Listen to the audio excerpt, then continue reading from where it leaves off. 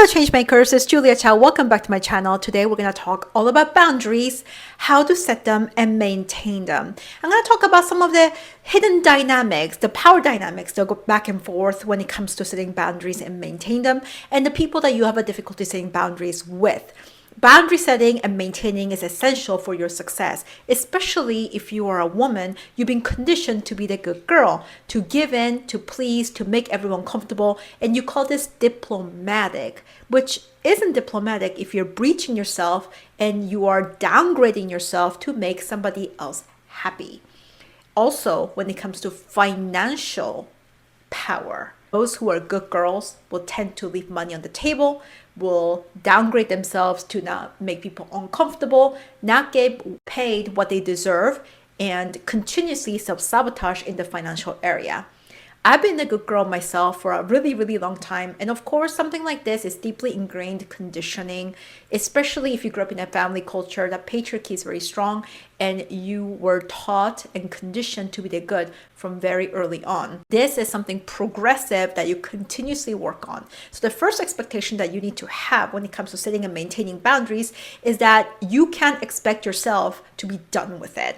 This is not something that you work on it for a couple of months, a year, 2 years, even 10 years. I'm sorry to say, for those of you who just want to get done fast and furious with your self-development, you want to be done right away and you want to find a hack that you can do this. But so much boundary setting is progressive. And as you elevate and your life becomes more complicated, you're going to have more difficult situations where boundary setting and maintaining requires more wisdom and inner power from you.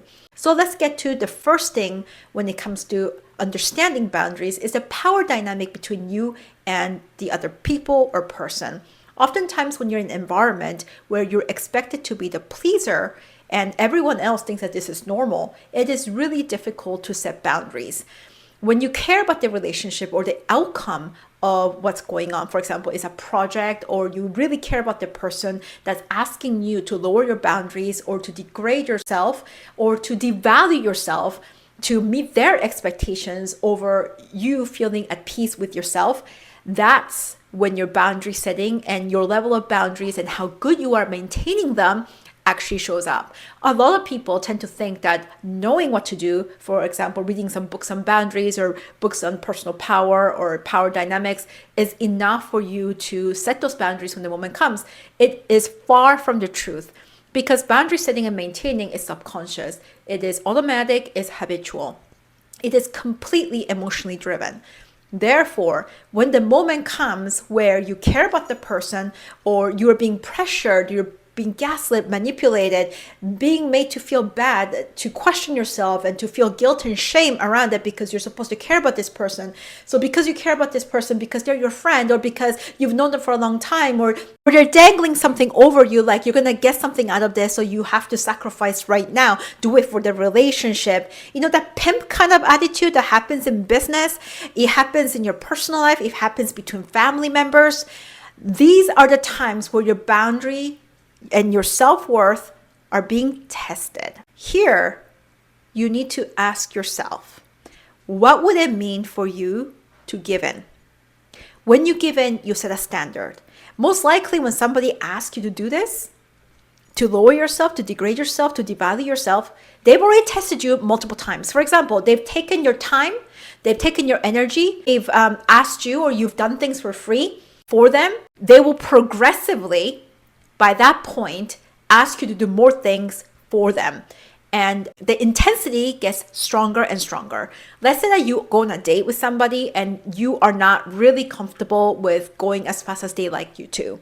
But they start to gaslight you. Hey, I guess you're not really a free woman. I guess you're not that sexy. You know, this kind of, it's something that you experience in college, right? I think most of us have been in that situation, right, as women. In that moment, you being able to walk away, that is what creates your self-worth.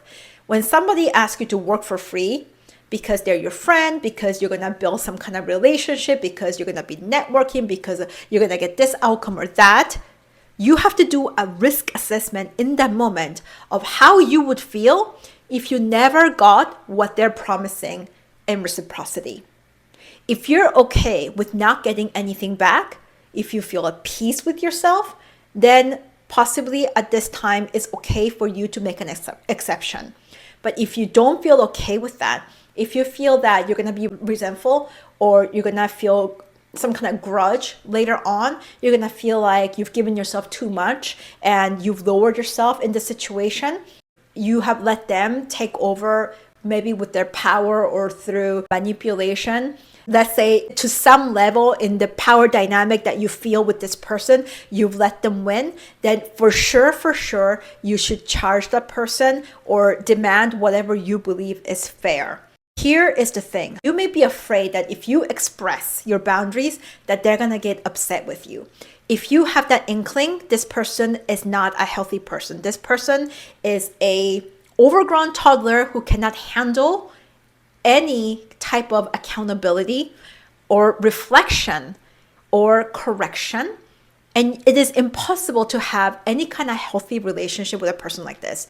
Just think about any terrible boss you had that you consider terrible, an authority figure like your parent or parents that you've had to deal with. You just have to think of those behaviors that they exhibit and not be that person. That's how you're going to be a person who's good at boundaries, maintaining your social elegance, and regulating yourself, which is what really equals to emotional and spiritual maturity. The goal is that as you become better with boundaries, you're elevating yourself in the consciousness level. You are becoming much more spiritually and emotionally aware, and you're growing in that area. The truth is that 99% of the people will be shitty. 99% of the people, when you have bad boundaries, will take advantage of you. However, there are a certain percentage of people who will not do so and will walk away because they themselves feel uncomfortable, because they themselves realize that if they were in a reverse situation, they wouldn't be comfortable with their boundaries being breached.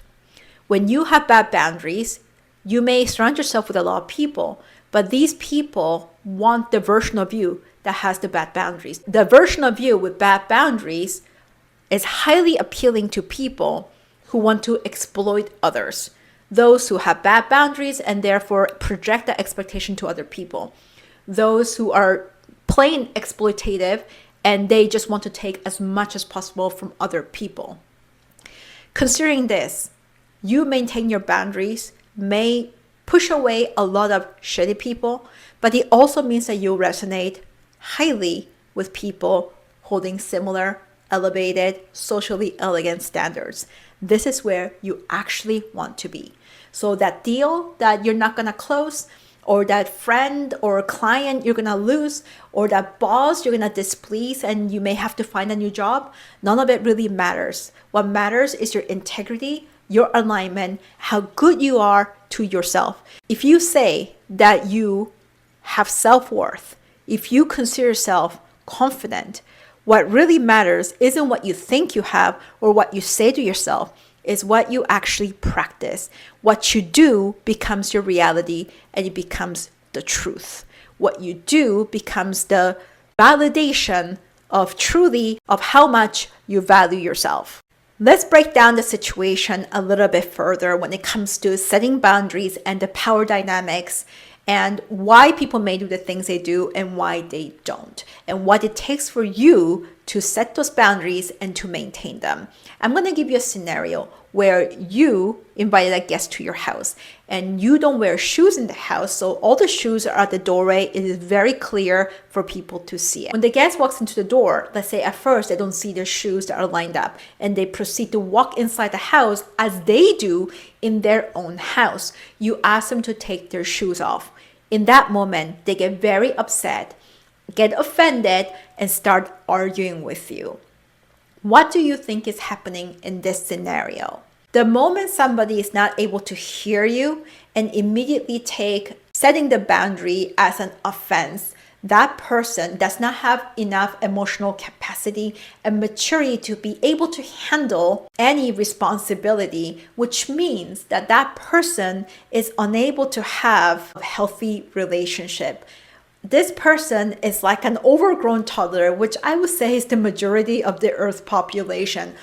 If you can remember maybe a boss or a parent or any authority figure who exhibited such behavior, such as when you point something out to them, they lose it, but they're so easy to criticize and judge others. That type of person is unable to see and honor other people's boundaries. Instead, they'll project their own thoughts and feelings and imagine what could be going on with you. They may start threatening you, attacking you, calling you names, and even arguing with your boundaries.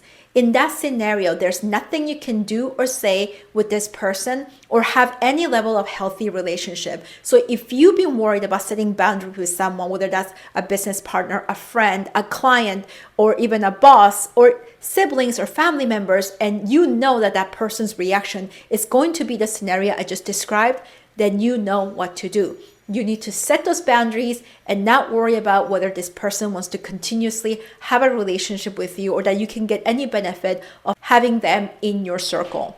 Next, let's say in the scenario that person sees that you leave the shoes by the door but proceeds to walk in and ignores all the signs. This person, of course, also matches the first scenario, not a person that you want to have around.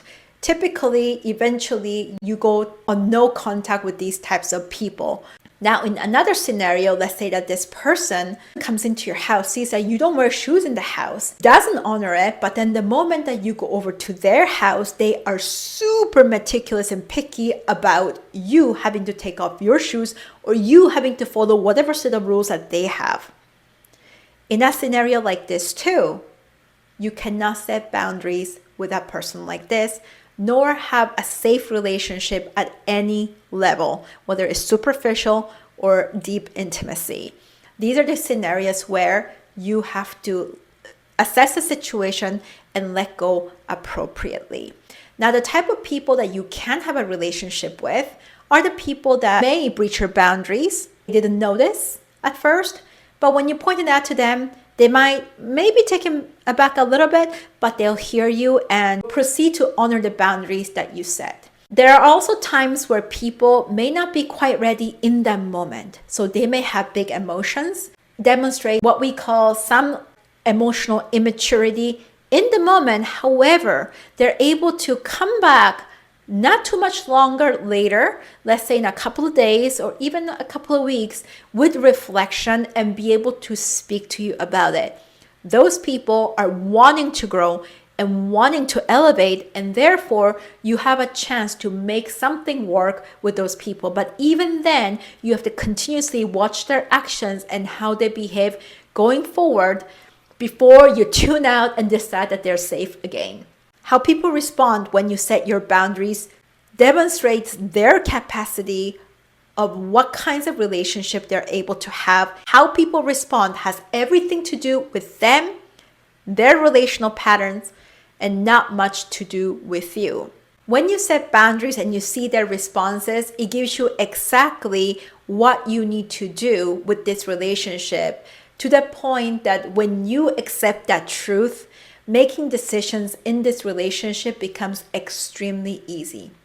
In another scenario, let's say that that person sees that you have these boundaries and they honor those boundaries even without you asking. That person is a keeper. It is very rare for a person like that to have a lot of interpersonal issues and drama. This person likely has high emotional intelligence, is very personable, and likely surrounded by a lot of healthy, good relationship. Even if the circle may be small, that person values quality and reciprocity in relationship. This person is a keeper. Don't forget to join our free community. That's in the link down below. If you haven't checked out yet, read my newest release, Bad Bitch on Top. That's going to help you go from the good girl to the bad bitch, what it feels like and how it elevates your life when you maintain those boundaries. That is the fast track to becoming the bad bitch. Thanks so much for watching. What do you think of this video? Is this helping you resolve some of the issues that you're experiencing right now? As we always have interpersonal issues going on in our lives, especially as you elevate and have more complex lives. Let me know in the comments what you think, what you feel, what you're experiencing. And if you like more topics related to boundaries, I'd be happy to create them for you. And see you in my next video.